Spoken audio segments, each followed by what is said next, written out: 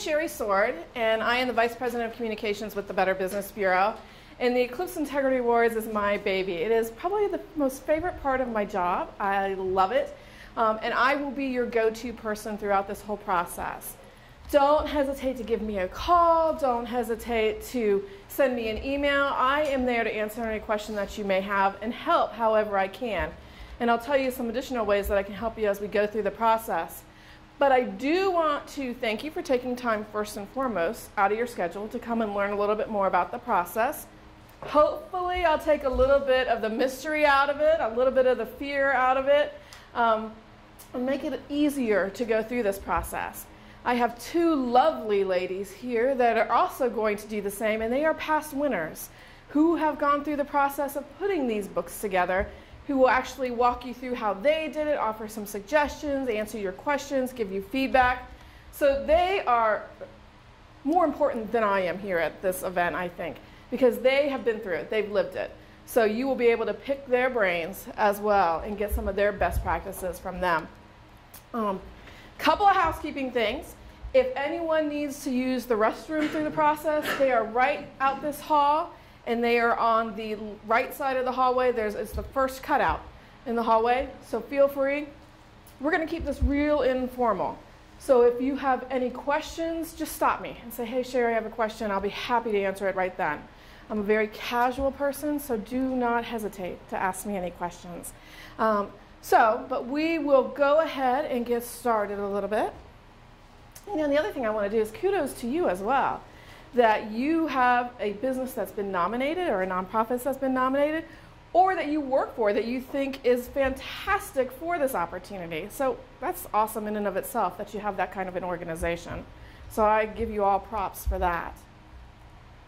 Okay, so talking a little bit about the Eclipse Integrity Awards, and this is the definition of the Eclipse Integrity Awards for businesses. And basically what we're looking for is businesses that demonstrate significant, unique, and continuous commitment to trust and fair play in the marketplace and in day-to-day living.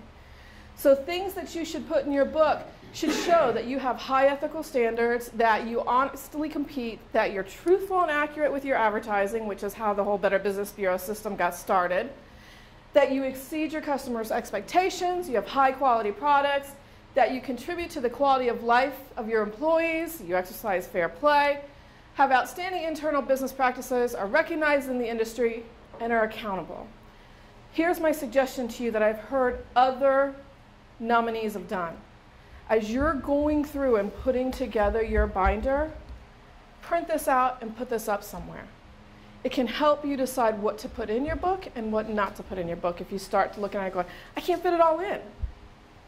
Use this as your guideline, because this is what the judges see as a definition for the Eclipse Integrity Award, and it's a good Bible for you, so to speak, to decide what to go in the book and what not to go in the book. It's a suggestion that I heard last year, and I thought that was a great thought. So just an idea for you in regards to that. For the are there any nonprofits in this room? No? Okay. Nonprofits they operate as businesses, so they have a lot of the same guidelines. But they do have a couple of different things that they have to follow. But I won't go into that since we don't have any nonprofits in the room, except for Hospice of Dayton. So let me talk about the minimum requirements for the award. And as you're putting your book together, BBB accreditation is not required. You can be a BBB accredited business or not. It is not a requirement. We have had both win in the past. So if you are not BBB accredited, don't let that be a showstopper. Because you can absolutely not be BBB accredited to win the award. However, you do have to have a B rating or higher. The Better Business Bureau rates businesses on a scale of A to F, just like in school. And so you have to have a B or higher to be able to compete for this award. If you're not sure what your rating is, feel free to stop me and I'll go downstairs at the end and find out what your rating is. You can go online and check out what your rating is, but you have to have a B or higher. You have to operate in the BBB Service Area. We cover 7.5 counties. We go as far north as the Sydney area, over to the Indiana border, over to Clark County and Springfield, And then our cutoff south is about Middletown. So we have half of Warren County. So we cover that 7.5 county. Basically, it's your typical what's defined as the Miami Valley. Sure. Yes. We're also in the Columbus area. Would we include those employees in our, like, if we've got 50 employees in Columbus and a store down in Fairfield, would we include them in our total number of employees for how big of a business? What I would do is I would break it down both ways. And I would say that we have so many Dayton employees, but overall we have this many employees. Does that help? Okay. If you're a nonprofit, you do have to meet the BBB standards for charitable accountability, but that does not apply to anybody in this room. Here's a showstopper as well. If you have any major lawsuits against your company, please be transparent about it. Tell us about it. We understand that every business has had lawsuits. Sometimes it's just a matter of doing business. But if you have something major going on, please let us know and just be transparent about it. I'll give you 2 examples and why this became an issue. Several years ago, we had gone through the whole process and had our finalists picked out. Come to find out, one of them was having some serious lawsuit issues that were detrimental to their integrity. And we had to go back and say, I'm sorry, you cannot be a finalist. I mean, we're about integrity, and that's what our awards are all about. We had another situation very recently where, again, they had a lawsuit that they were not transparent about that was a major factor, and we had to pull them out of the running. So it is real. I do need you to let me know about it. If you question whether it's going to impact your ability to compete, just see me about it. We can talk about it. But it's not those little lawsuits. Sometimes, again, hate to say it, but sometimes that's a part of doing business. You are those customers from hell that you cannot make happy, and it goes to that next level. But communicate with us for that. And just be transparent about it. It is not, we understand. We will find out about it. So instead of having us find out about it after the fact, tell us about it in front of the fact. When we get all of those binders in, come March 3rd, we do background checks on all of the organizations. One of our team members goes through and Googles you and finds out everything we can about you. And that's how we find out about those things. So just be transparent. And if you have any questions about it affecting your ability to compete, just see me and we can talk about it. And then there's a definition of what's considered a nonprofit, but again, that doesn't apply to everybody in this room. But since we are recording this, you have to solicit funds directly from the public. That's the definition.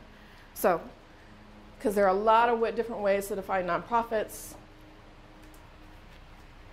Okay, so here's the instructions. Have you all seen the nomination form? Okay. I'm going to go and break it down piece by piece for you so it's not so overwhelming. Because sometimes you look at those 4 pages and you're like, for real, I don't know how to tackle this. So I am really going to break it down for you. In the book, which you can see, here's one of our winners from last year. It has to go in a binder. The binder cannot be any bigger than this. They say it is supposed to be a 2-inch, 3-ring binder. This is not 2 inches. I think they go by the diameter of the rings, not this. So people look at some of these binders and go, that's not the size. I think they go by the rings. So this is the size, basically, when you're looking at it there. And you can fit a lot into these binders. Let me also say, more is not definitely better. You just want to put your binder together through your judge's eyes. And think of those judges going through 30 of these books and making it very easy for them to understand why you put what you put into your book. So as you do it, that's basically the guideline. How can I make this easiest for the judges to understand what we're all about? In the binder, what you can do is one of the first things you'll need to do is there's an entry form on the back of the nomination form. This needs to be completed and put into your binder. It should be the very first page. Make it very easy for me to find. It's the first thing I'm going to look for. Some people put it in that front pocket. Some people put it in the very first sleeve. Let me also back up and say sleeves are not a requirement.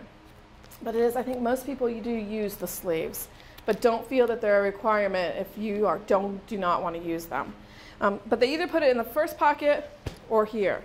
Another thing that you will put very first within your book is going to be your logo on a disk, on a flash drive, however you want to give it to me. It can be a JPEG, it can be an EPS, it can be a TIFF file. If you can send me a color version, that would be great. The reason I ask for that is the very first thing I need from you if you're named as a finalist. So we just cut right to the chase and ask you to put it in your book for us. So again, people put that as their first, second page, or they put it in that front pocket. So that's something that you'll need to include in there. The other thing is you have space to do a 5-page double-spaced summary of why you believe your organization is worthy of this award. This is where you tell your story. This is where you shine. This is where you tell the judges why you believe that you are deserving of this award. This is really key. So write it, take a look at it, have somebody else look at it to see if they get the story you're trying to tell. But this is key, because this is your story where you shine. So it tells why you think you're deserving of a winner. Highlight the specific practices that you feel make you deserving of that award. Your commitment to your fair and honest conduct in the marketplace. But you have 5 pages. Business networking, and she was one of our winners last year. And just to break it up a little bit, I'm going to have Jeannie tell you a little bit about how they went through the process, how they tackled this, putting the binder together, how they structured their site visit, which we'll get to in a little bit. And you can pick her brain for a few minutes. And then at the end, we also have Vicki Forrest from Hospice, which will do the same. So feel free to pick their brain. And Jeannie, I am going to turn it over to you. Thank you, Sherry.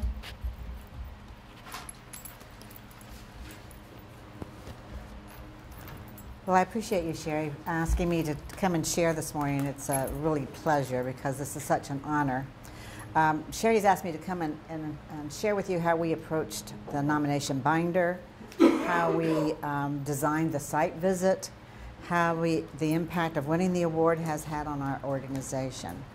So first of all, I want to say that we are not your norm business. We are an organization of called Women in Business Networking, and we're about 5 years old, and we don't have a staff. We don't have employees. So this was a real challenge for us. However, I do have a leadership team of about 35 to 40 women that make this organization run. So that's who we tapped into. And what we did first was we met with a previous winner who prepared us, who had prepared a successful award nomination prior to. And she was a big help to us, and she gave us a lot of good tips. So she just kind of got us on our way. And so then we went to the BBB offices. We looked through all the books. First of all, I developed an external awards committee is what I did, and a chair to head that up. And so we all went to the BBB offices, looked at all the books, or some of the books, to get some really good ideas. There's a lot of great ideas in these books. And so we borrowed ideas from different ones. We took some notes and so on. Then this external awards committee, what we did was we divided the nomination into 4 subject areas, which Sherry has already went through, and that's marketing, advertising, communications, and sales practices.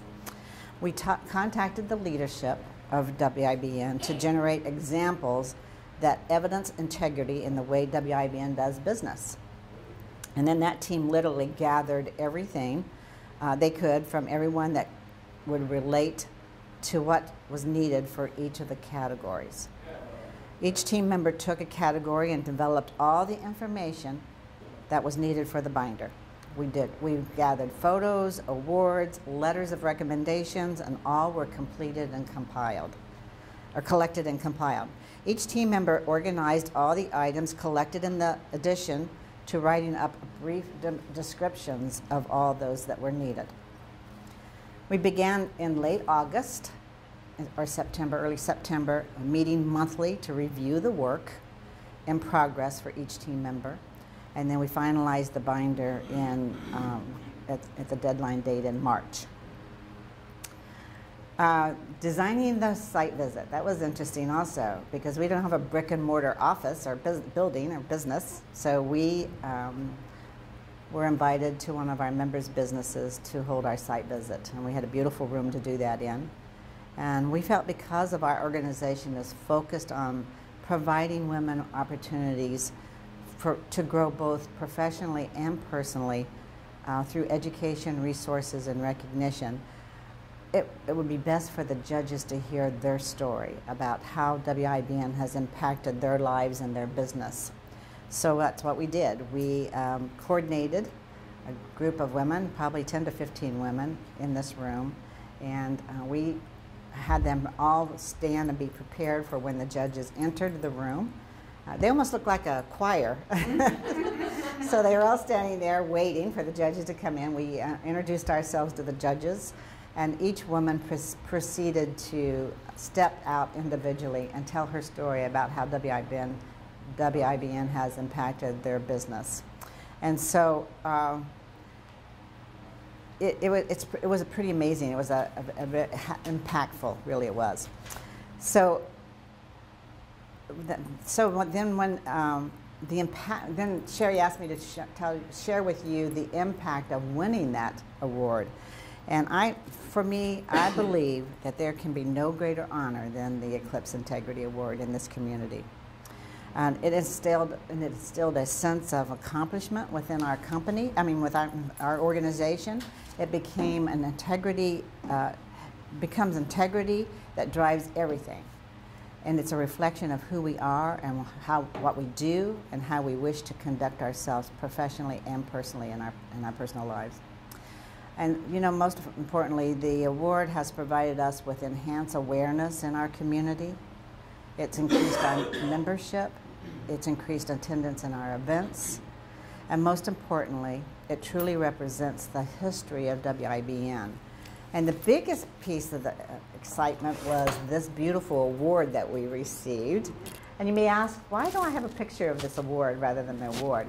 Because you know what, I believe that this award belongs to all the women of Women in Business Networking, because they are the ones that really made us shine. So rather than to carry this gorgeous award around with me, that it's glass, and didn't want to take a chance of it getting broken, we had a picture taking of it, a photo taking of it, so that we can display it at our events and show people the award that we received. So that's why we had this picture. So that's pretty much finalizes what I have as far as how we put it all together and what it has meant to us as an organization. Sherry, is there anything else you wanted me to share before we ask questions? How has it impacted WIBN? How do your members feel about it? Has there been an increased sense of pride? Absolutely. Because we share this award among this organization, there's just a great buzz in our organization about how this all came about. This is our book in front of you that's over there on the table. And this team of about 6 women spent about 250 hours putting this book together, and they volunteered all this time to do that. So it's part of their recognition. It's what they've done. And the biggest thing for me, and I go through this often and just read through some of the recommendation letters that we've had. It's an amazing piece of history of your organization or your business that you have all in one place, like Sherry said. Let me back up and talk a little bit more about these business relations and how you can demonstrate that. Show some examples how your business has prospered over the last couple of years because you believed in doing the right thing. Positive feedback that you've gotten, whether it's from your shareholders, whether it's from your customers, whoever it may be, your vendors. Share that within this tab. Policies and practices that assure excellence in your products and services. Actions that demonstrate you've gone beyond the call of duty. There are some really cool stories that you're going to get. And this is another place that you can reach out to your team, and you may learn some very cool things about your business. And so reach out to your team and say, hey, would you share any stories about where someone's gone above and beyond the call of duty? And see what you get back. Tell you a couple stories. Rumpke was one of our winners in the past, and they did just that. They sent an email out to their team and said, tell us where somebody's gone above and beyond. They got 2 stories they had no idea about until they sent that email out. And here's the stories that they found out. Rumpke had one employee that was out on duty picking up the trash, and there was a lady that was frantically going through her trash on the curb. Upset, totally distraught, going through her trash. Ends up she had lost her diamond ring in the trash. That employee stopped his route and helped that lady go through that trash piece by piece, and they found that diamond ring. Now, he didn't have to do that. He was on a route, he was on a schedule, but he really made a raving fan out of that customer and went above and beyond the call of duty. Their team did not know about that story until they sent out that email. Another neat story from Rumpke that they learned is they had an employee who was going about his route again, and there was a medical emergency along his route. And he stopped and gave that first aid to that injured party until the EMTs arrived. Again, he didn't have to do that. That really created a raving fan for that customer and that community, and it went above and beyond the call of duty. Those are great kinds of stories to put into your book. And you all have those within your business. So reach out to your team for those stories. And you may be surprised. You all have a cool staff. Find out those cool things that they're doing. Demonstrate how you've made some tough decisions that were pretty rough immediately, but they really paid off dividends in that long run. And we've all made those decisions. So share those stories. Some of the things that I have seen in books is this is where you can put those testimonial letters that you get. Put those in here from your customers, from your vendors, whoever it may be. Maybe when you go out and you fix the tires on the road, I know you guys have a road crew that goes out, or you go and you fix air conditioning, or you install a new furnace, and you have a checklist that you go through with that customer. Share that checklist because you're ensuring that your product and your customer knows how to operate it. So share those client checklists. You can show that you have excellence in your products and services by putting copies of your warranties within your book so that you stand behind what you're doing. Your guarantees can go there. Maybe you have some follow-up actions that you take with clients. So after you have installed that furnace or fixed those tires, that you call back 6 months down the road to make sure that everything's still working with them, that they're happy. Do they have any questions? So those follow-up actions that you have. We've already talked about the stories about it going above and beyond. If you may have customer comment cards that you ask your customers to fill out after you've worked with them, include copies of those and maybe the compilation of those comment cards so that they can see that you consistently are showing integrity in what you're doing. And also copies of your newsletters and your communications to people. Include that. So those are some things that I have seen within this tab of the book. Just a couple ideas. Any questions about that category? Okay. If you're a nonprofit, again, you should show your accountability to your shareholders. That's important. Show how you have good governance practices. And you should also show that you have regular communications with all of your constituents, whoever they may be. Whether it's your newsletter, whether it's faxes, whether it's emails, postcards, cards, whatever it may be, but that you are regularly communicating with those constituents. Okay. Marketing, advertising, communications, sales, and practices. And this is where you're going to assure that your advertisements, your marketing and sales are trustworthy and honest. It's how the whole Better Business Bureau system got started, actually. The president of Coke was sitting in a courtroom and heard his own lawyer say, well, nobody believes what they see in advertising. And the president of Coca-Cola started the BBB system based on what he could not believe he heard his own lawyers say. And so now we monitor local advertising for truth and accuracy. So that's one of the big reasons that this is here. But this is how you're going to show that all your materials are truthful and accurate. Do you have a proofing team? Do you have guidelines that you follow with your advertising? Put those examples in there. Efforts to show how you improve the communications within your industry, advertising, within your industry as a whole. So it may be that maybe you've spoken at a trade association meeting. You can put a program from that. Maybe you have hosted a networking event at your organization. Put the invitation from that, or list those kind of opportunities on a page and include those things. What you have done to better your company and to better the community, the industry as a whole. Put examples of that there. Also, put your sales training policies and your code of ethics. It's a good place for that as well. So you can include that in that spot. Here are some things that I've seen here. Put copies of your brochures. I'm sure you all have a variety of brochures and flyers that you share with your customers. Take snapshots or screenshots of your website and different vital pages of your website and put that within your book here. You can talk about those facility tours you've done, those networking events you've done, those speeches that you've done to the community. All those things can go in this tab as well. It may be, maybe you've gone out and done some speeches in the community. Maybe you've talked to a Kiwanis group, a Rotary group, whatever it may be, a senior citizens group, a church group. Share a listing or some information about those kinds of presentations that you've done. Put copies of your ads here that you're running in our local advertising and any other kind of event that you've hosted. Include those kind of pieces in here as well. Any questions about that tab?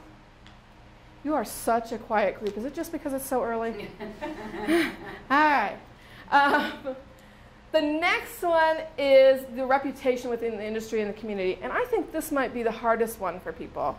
So I want to talk about that and answer any questions that you may have about it. But this is where you're going to show that your reputation is shining through your charitable recognition, your awards, the news coverage that you're getting, just how your reputation is shining. Some things that you can do in here is articles that you've had in the media, whether it is a local suburban paper, whether it's a trade association piece, whether it is the media at large. Include those kinds of things. Maybe it is that you were on the morning show one morning on K99. Put those kinds of things on there. Any awards or recognition or complimentaries that you've gotten from the industry or trade groups or sponsors, put those kinds of pieces in there. Maybe you've sponsored a Little League team. Put those kinds of things in this area. Maybe you have hosted a family for Christmas and collected Christmas gifts for them. You can put those kinds of things here as well. And any recognition for charitable or community service projects. So when you've sponsored that Little League group, the thank you letters that you get. If you've sponsored things like the BBB Secure Your ID Day, or you've sponsored hospices events. I know they have lots of great events. Put those kinds of things when you get those thank you letters. Put those in there as well. Some of the things that I've seen in this area are your newspaper clippings. You all have media logs, hopefully, that you're keeping so you can see when you've gotten that press coverage. Put those kinds of things in there. You don't have to put pictures of all the awards that you have in the lobby. You don't have to put all of the honors. You can do a listing of them if you need to cut down on your pages in your book. Do all the honors that you've gotten in the last 5, 10 years. And chances are those lists are long for your organization. Again, put those thank you letters in there. Here's a really cool thing that I've seen in the books. Ask your competitors for letters of recommendation. I have seen that a lot within the books.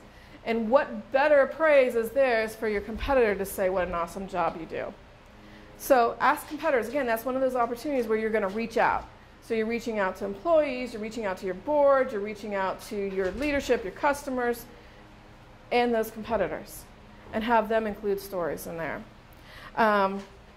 Sponsorships, anything that you sponsor, put listings of those or share those in there. If you do have a foundation, put some information about what your foundation does and what their activities have been for the last year, and staff that your boards sit on, or committees that your staff sit on. Here's the deal. This is another place where you're going to have to reach out with an email or whatever to your employees and say, hey, tell me what committees, what boards you sit on in the community. No matter what they're doing, they're a reflection of you. I sit on many, many boards in the community, or committees in the community, and I guarantee you, at each and every one of them, I talk about the Better Business Bureau. I love what I do. I love the BBB, what the mission is, and everywhere that I go, it's what I talk about. Your team is doing the same thing. No matter whether they're doing it at a church group, whether they're doing it on a Girl Scout program, whether they're doing it on a bowling team, whatever it is, they are a reflection of you, and have them give you a list of all those things, and you can include them in your book as well.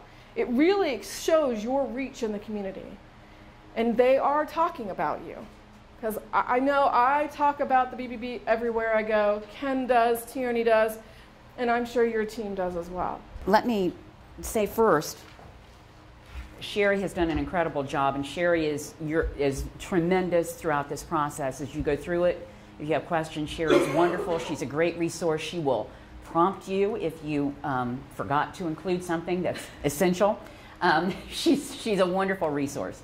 And for Hospice of Dayton, this was a process that we went through 3 times. And each time, to me, it was a wonderful opportunity for self-discovery for the organization. We learned more about ourselves. We learned more about things that, for example, we were doing that we knew we did, but we weren't data validating, we weren't demonstrating or documenting it in a way that we became better because we were going through this process and evaluating some of the things we were doing and how we were documenting it, how we were collecting the data, what things we could do differently that might strengthen us as an organization. And I think that the process really challenges you to do some of that as you're going through it. Some of the things that Sherry has cited in terms of what is used in terms of supporting the things, I wish I'd thought of them. They were great. So she's got some great, her examples are just wonderful. And I think that they can be very beneficial to you as you're putting your documentation together. We went through it 3 times, and as I said, every time it was, we learned something new about ourselves. We learned something new about the way we wanted to approach the process.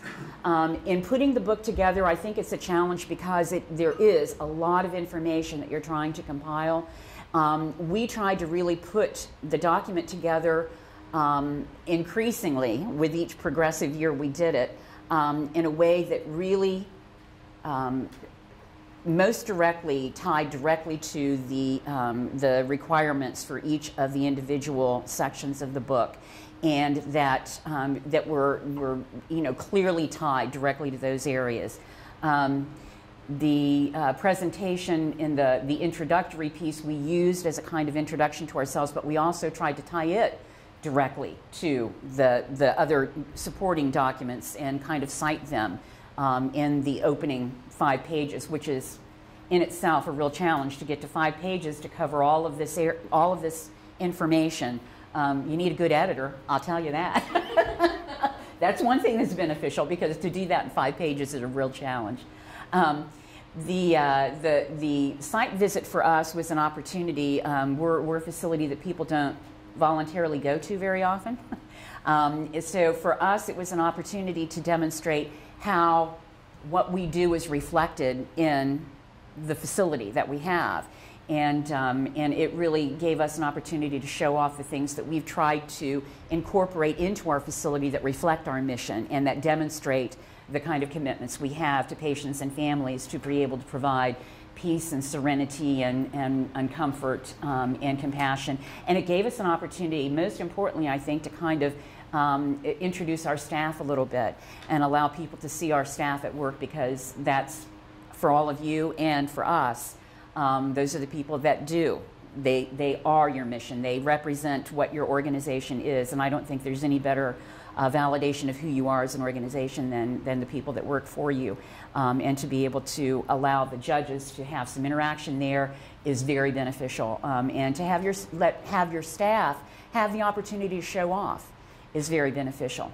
One of the things that we've done with the award since we received it is it's on display in our Human Resources office. It's on the front reception desk in our Human Resources office, so that anyone who's coming to apply for a job with our organization sees front and center that that's our commitment, and that's so important to us, and how much we value the award, so that they understand coming in the door that we're an organization who really prides ourselves on these things and holds ourselves accountable. And so I think those are the kind of things that you would want to consider doing if you win the award.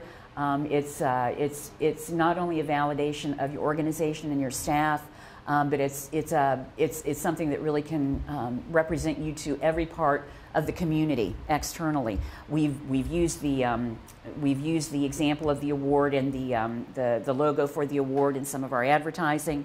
For us, it was also it happened to come in our celebration of our 35th year of service to the community, so it was nice to be able to tie it into that and kind of reiterate the fact that we have been serving with integrity and with ethics for 35 years, and so that was a very valuable element for us as well.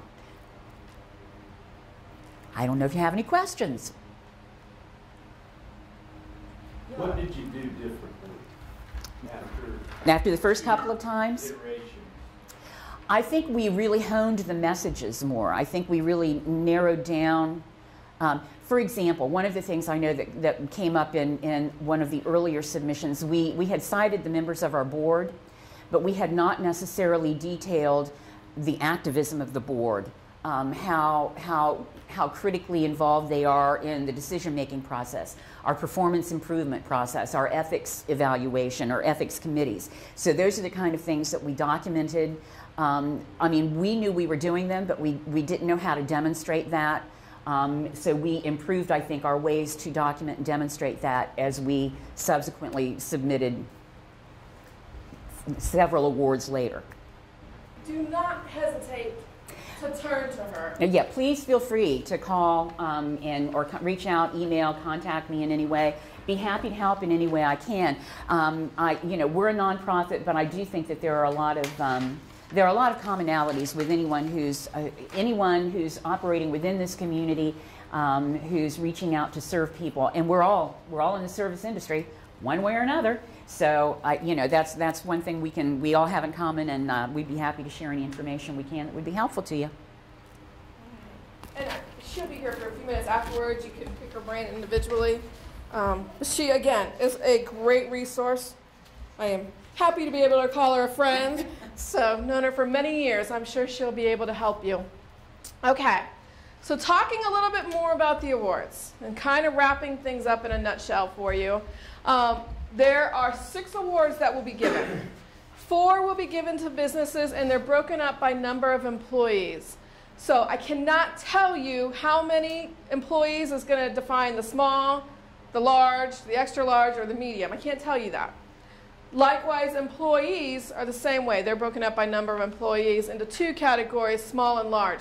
The reason I can't tell you what those numbers are is I wait for all the awards to come in on March 3rd, and I look at those numbers, and I do the breaks based on the awards the nominations that come in. So they're natural breaks, and so that we're comparing apples to apples, not apples to oranges. So it just is much better to tell you what those numbers are once I get all of those nominations in and divide it up that way. It works out much better. We used to have defined areas. It just did not work because it was not apples and oranges. So when they come in, we make those breakdowns. Make sure that you include that entry form in the book. That is probably the most common mistake, is the entry form is not included in the book. So make a note, underline it, highlight it in yellow, in red, whatever, but make sure you include that entry form. Chris, I saw you had a question. Yes. Do the judges know what category they're Yes. looking at? So Yes. you do that before it goes through the judging process? Yes. Once you turn in your books, there's about a week before the judges get those books, because we go through and we do those background checks so that we do not waste our judges' time on a book that's not even going to be able to compete. And I break them down into categories. Our judges are broken into teams so that there's a teams that look at each category. So it's not overwhelming for them and they have to look at 30 to 40 books all. They're really looking at about 10 books at a time. It's a huge commitment on the judges' part. I thank them for the work that they do, because it is a huge commitment for them. And they are passionate about it. They put a lot of love into it. Many of them have done it for as long as I can remember. They are community leaders. I can't tell you who those judges are, but I assure you that they are community leaders and they are passionate and they do their homework. There have been times that they have asked me for access to a computer so that they can get more information about your company, because they know they've heard something and they want to get documentation of it. They really are passionate. And again, there was that one year where they could not decide between two organizations, and they were passionate. I mean, they were red-faced, upset. They couldn't come to an agreement, and I had to send them back in twice and say, you all have to do it. I can't have any say in it. They're very passionate about choosing who these winners are. It's kind of exciting. It's one of the reasons I love it. But your nominations have to be received in our office on March 3rd by 4 p.m. Not 4:01, not 4:02. You have to take into effect that parking is not always easily here at our building. So you have to give yourself time to park.